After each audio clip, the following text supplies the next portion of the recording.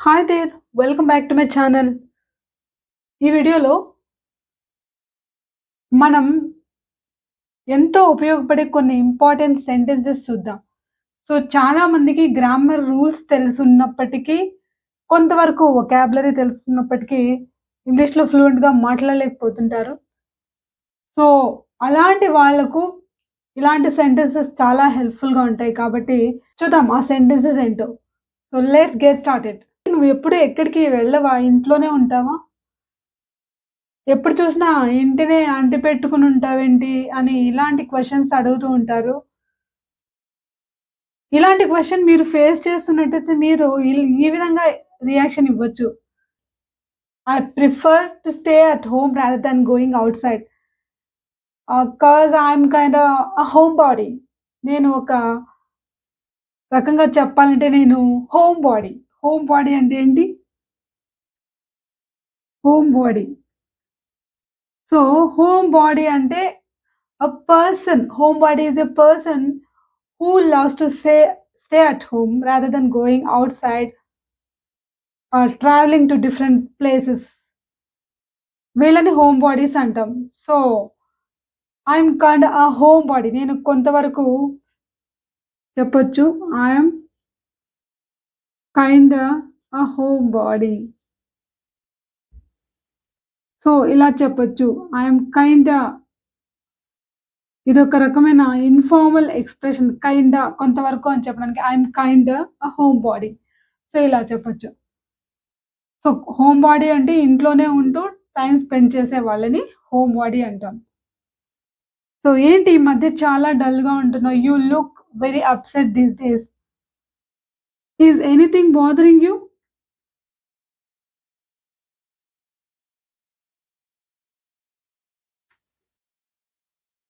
నిన్నేదైనా ఇబ్బంది పెడుతుందా? ఏదైనా విషయం లేకపోతే is anyone bothering you? Bothering అంటే ఏంటి? ఇబ్బంది పెడుతున్నారా అని చెప్పడానికి బాదర్ అన్న వర్డ్‌ని ఉపయోగిస్తామన్నమాట. So, is anything bothering you? Is he లేకపోతే ఈజ్ యువర్ ఫ్రెండ్ లేకపోతే మనం ఎవరైనా వ్యక్తి ఆమె నిన్ను ఇబ్బంది పెడుతుందా? లేదు అతను నిన్ను ఇబ్బంది పెడుతున్నాడా? Is he bothering you? లేదు వాట్ బాదర్స్ యూ? నీకు ఇబ్బంది కలిగించే విషయం ఏంటి? What bothers you? లేదు who bothers you?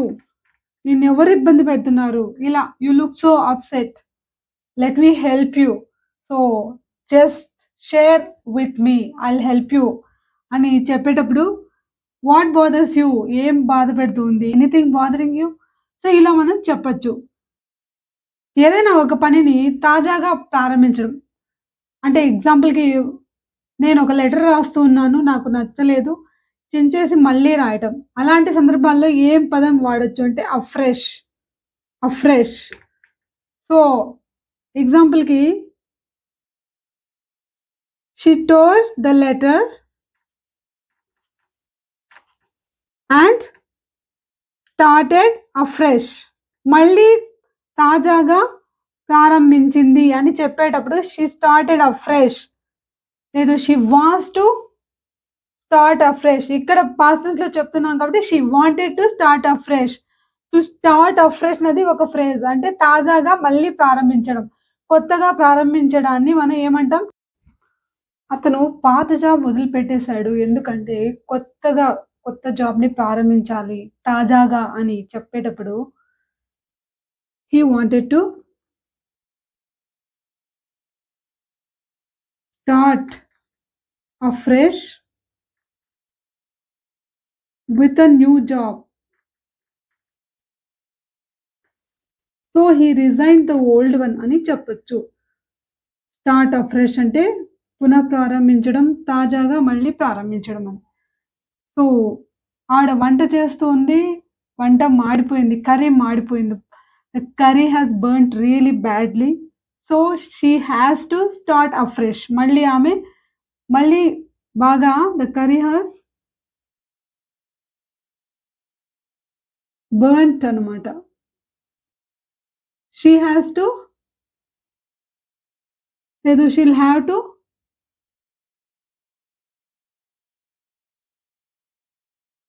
She'll have to start afresh. మళ్ళీ ఆమె తాజాగా ప్రారంభించాలి. సో ఇలా మనం ఉపయోగించొచ్చు ఈ ఫ్రేజ్‌ని. కర్రీ హ్యాస్ బర్న్ట్ అనొచ్చు. లేదు ఐ హావ్ బర్న్డ్ కర్రీ అని కూడా చెప్పొచ్చు. లేదు షీ హాస్ బర్న్డ్ కర్రీ అని కూడా చెప్పొచ్చు. సో మనం వేరే కొత్త ప్రదేశానికెళ్ళి కొత్తగా ప్రారంభిద్దాం అని చెప్పాలనుకోండి. అంటే ఒక కొత్త జీవితాన్ని గాని, let's move to a new city. Let's move to a new city to start afresh. Okay. So ఇలా మనం యూజ్ చేయొచ్చు.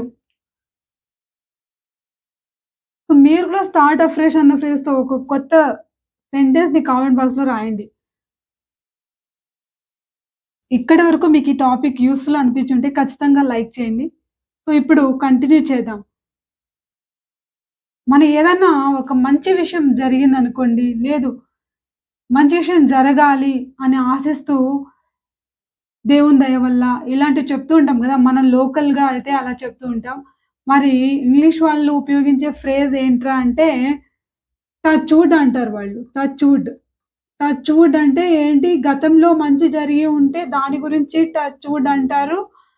అంటే ఇప్పటివరకు నాకు మంచి జరిగింది. టచ్ వుడ్ అంటారు. లేదు ఫ్యూచర్‌లో మంచి జరుగుతుంది. టచ్ వుడ్ అంటే చెడు జరగకూడదు అని కోరుకుంటూ టచ్ వుడ్ అంటారనమాట. ఎగ్జాంపుల్‌కి చూడండి అతను ఎప్పుడు హాస్పిటల్‌లో అడ్మిట్ అయ్యే పరిస్థితి రాలేదు.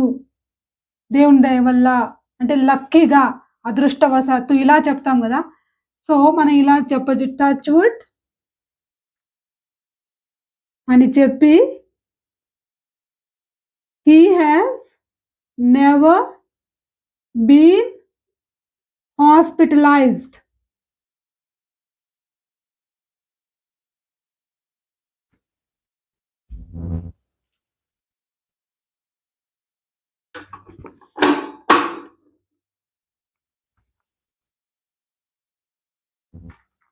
Touch wood he has never been hospitalised.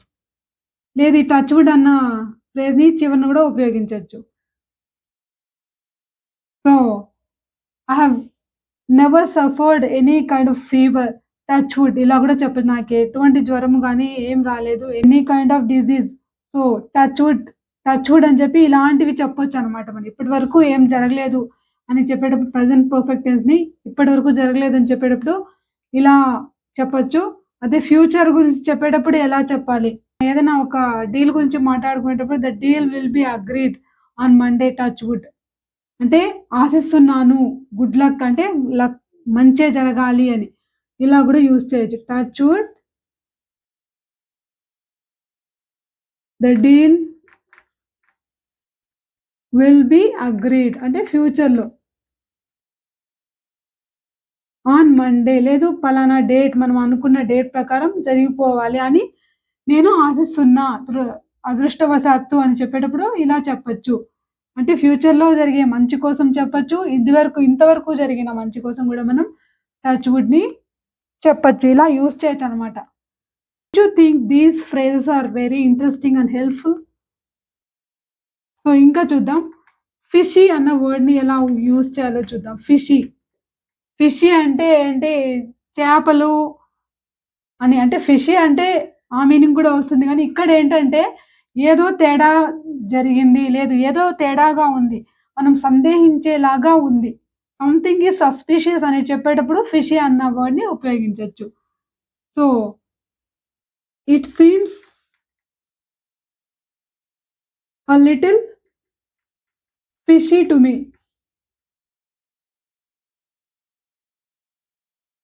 అంటే ఏదైనా ఒక ఇన్సిడెంట్ గురించి మాట్లాడుకునేటప్పుడు నాకదేదో కొంచెం తేడాగా కనిపిస్తుంది. A little fishy to me. There is something fishy going on here. అంటే ఇక్కడేదో తేడా జరుగుతుంది. దేర్ ఈస్ సంథింగ్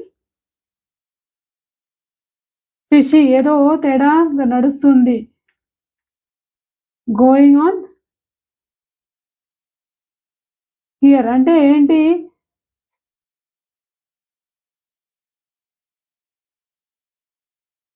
ఏదో తేడా కనిపిస్తుంది. ఏదో డౌట్ పడేలాగా ఉంది. ఇక్కడ సందేహించేలాగా ఉంది అని చెప్పేటప్పుడు చెప్పొచ్చనమాట. So, it seems to me a little fishy అని గూడా చెప్పొచ్చు. ఇలా గూడా చెప్పొచ్చు. అంటే ఏదో గడబిడగా ఉంది. మనం సందేహించాల్సిన పనుంది. ఏదో తప్పు జరుగుతూ ఉంది అని చెప్పేటప్పుడు ఇలా చెప్పొచ్చనమాట. ఇట్స్ వెరీ ఫిషీ అని గూడా చెప్పొచ్చు. ఇలా మనం యూజ్ చేయొచ్చు. సో, మన డైలీ మాట్లాడేటప్పుడు కాన్వర్సేషన్‌లో ఇలాంటివి వర్డ్స్ మనకు చాలా ఉపయోగపడతాయి. సో, ఇలాంటి వర్డ్స్ ఉపయోగించడం వల్ల మనకు గ్యాప్ అనేది రాదు. ఒక కాన్ఫిడెన్స్ అనేది వస్తుంది. సో, ఇలాంటి ఉపయోగకరమైన వర్డ్స్ కావచ్చు, ఫ్రేజెస్ ఇంకా తెలుసుకోవాలనుకుంటే ఖచ్చితంగా ఈ ఛానెల్‌ని సబ్స్క్రైబ్ చేయండి. సపోర్ట్ చేయండి. Thanks for watching.